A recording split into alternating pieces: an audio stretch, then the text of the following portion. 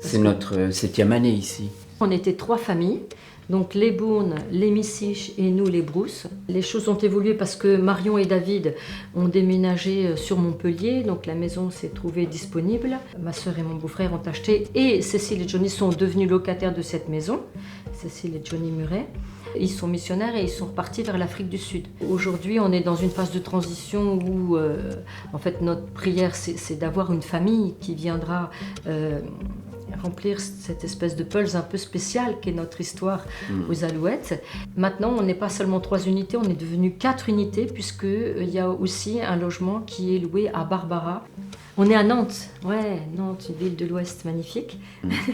Le fait que ce lieu a jailli du ciel a cristallisé notre envie de vivre quelque chose en commun dans une dimension communautaire. Le lieu a permis que ça émerge.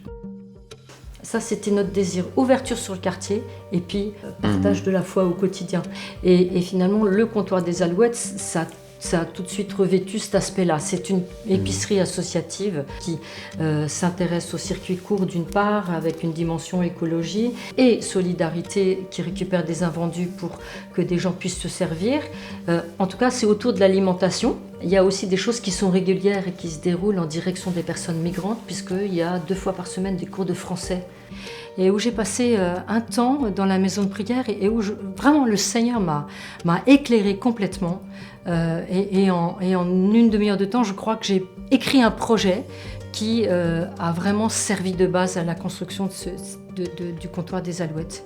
Je l'entends dans leur bouche que les gens trouvent là une qualité d'accueil où ils voient qu'il y a de la beauté, qu'il y a de la bonté et qu'il y a du conseil.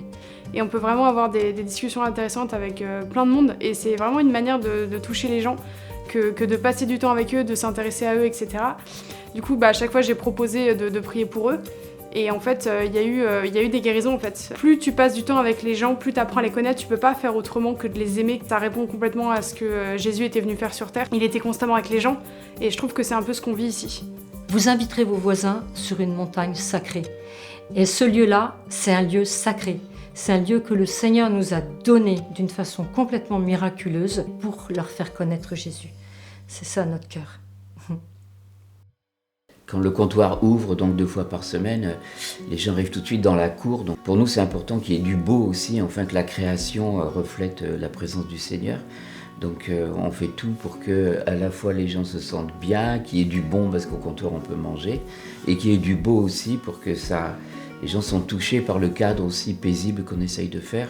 Donc pour nous c'est important. Et le jardin au fond, c'est un endroit aussi où on peut aller pour méditer, se retirer, sortir un peu de la foule, etc. Donc ça sert à plein de choses aussi cet endroit. Et puis c'est aussi un jardin, un potager. C'est pas un travail pour moi, c'est un honneur en fait, de jardiner ici. Tu vois, c'est un truc perpétuel, tout le temps. Il y a tout le temps des trucs magnifiques qui se passent. Et à nous à savoir les regarder. Tout est lié, quoi. Puisque ici, de toute façon, que ce soit dans la chapelle, ou que ce soit dans le jardin, ou que ce soit dans les maisons, il y a la présence de Dieu en chacun d'entre nous déjà. Donc, il est là partout pour moi. Dieu nous donne des graines, parce que les graines viennent de lui. Nous, on les sème, on arrose, tout ça, on prend soin, mais c'est lui qui fait croître. Et ça, c'est... Voilà. Faut être humble, mais faut être partenaire aussi avec Dieu. Donc moi, ça me parle énormément, ce qui se passe dans le jardin, ça me parle pour ma vie.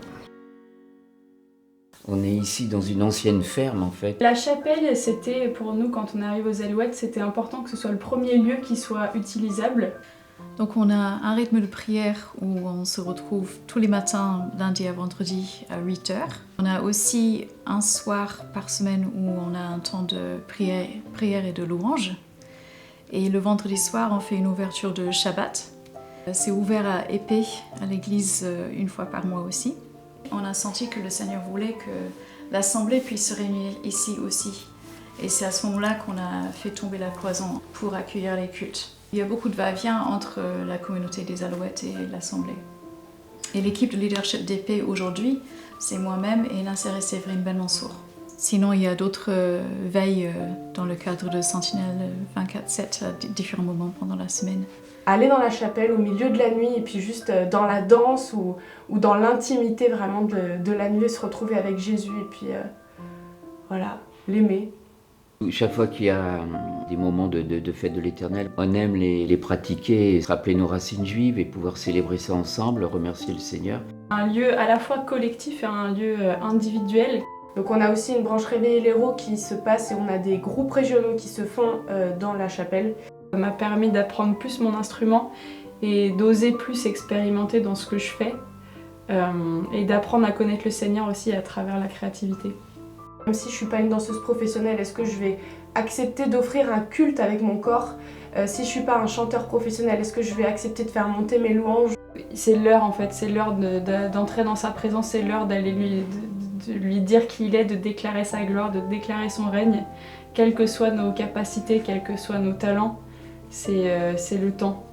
En tant que protestant et évangélique, ces choses que Dieu fait par le passé et qui se sont développées à travers les monastères, si on se rapproprie ces choses, je pense que c'est parce que c'est le Saint-Esprit qui l'avait fait et ça peut jaillir ici aux Alouettes, on accueille ça complètement.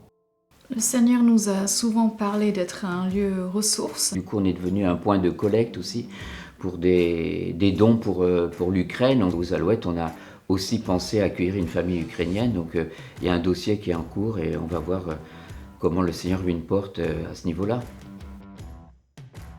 On a construit une maison au Satur bois. L'intention, c'est de pouvoir accueillir des jeunes par moment qui auraient besoin de se poser et de réfléchir à leur avenir. Il y a aussi un petit chalet au fond du jardin, un camping-car, une caravane. Quiconque a envie de venir voir ce qui se vit ici, de participer à la vie de prière, de venir donner un coup de main pour le jardin, le comptoir, ben voilà, on est un lieu ouvert. C'est avec le temps finalement que nous réalisons qu'il y a quelque chose d'ancien que le Seigneur est en train de réveiller, des lieux centrés sur la présence de Dieu, des lieux ouverts sur le monde, un endroit d'évangélisation, un endroit d'accueil. Toutes ces choses, on est en train de les vivre et petit à petit, il y a comme un pulse qui est en train de se former sous nos yeux et on trouve ça enthousiasmant.